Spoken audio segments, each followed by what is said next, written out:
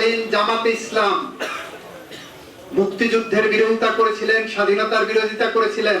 1971 সালে জামাতে ইসলাম মুক্তিযুদ্ধের বিরোধী শক্তি প্রতিষ্ঠিত সত্য হয়ে গেছে।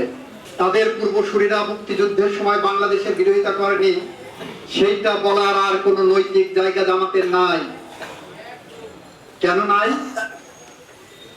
এই সংসদে আমরা একটি আইন পাশ করেছি, জাতীয় মুক্তিযোদ্ধা কাউন্সিল সংশোধন আইন 2026।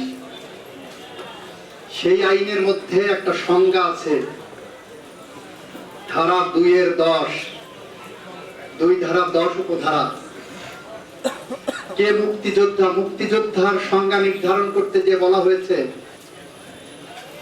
বাংলাদেশের যারা 1971 সালে পাকিস্তানি হানাদার বাহিনী এবং তাদের এদেশীয় দোসর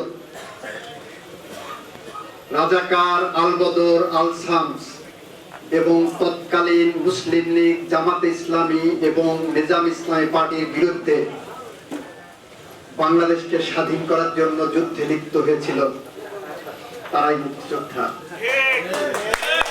তার মানে দাঁড়ায়, তৎকালীন জামাতে ইসলাম মুক্তিযুদ্ধের বিরোধিতা করেছিলেন, স্বাধীনতার বিরোধিতা করেছিলেন। আমরা যখন বিলটি পার্লামেন্টে আনলাম,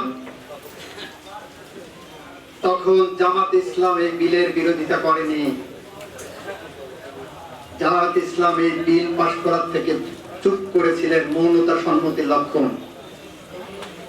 আর এনসিপি লিখিতভাবে এই বিলের পক্ষে সরকারের সাথে অবস্থান নিয়েছিল। আমি পরশুদিন পার্লামেন্টে বলেছি, গতকাল আমাদের মাননীয় স্বরাষ্ট্রমন্ত্রী বলেছেন, এরপরে এই সাবজেক্টে আর কোনো কথা হবে না। 1971 সালে জামাতে ইসলাম মুক্তিযুদ্ধের বিরোধী শক্তি প্রতিষ্ঠিত সত্য হয়ে গেছে আমাদের পার্লামেন্টের এই আইন পাশের মধ্য দিয়ে।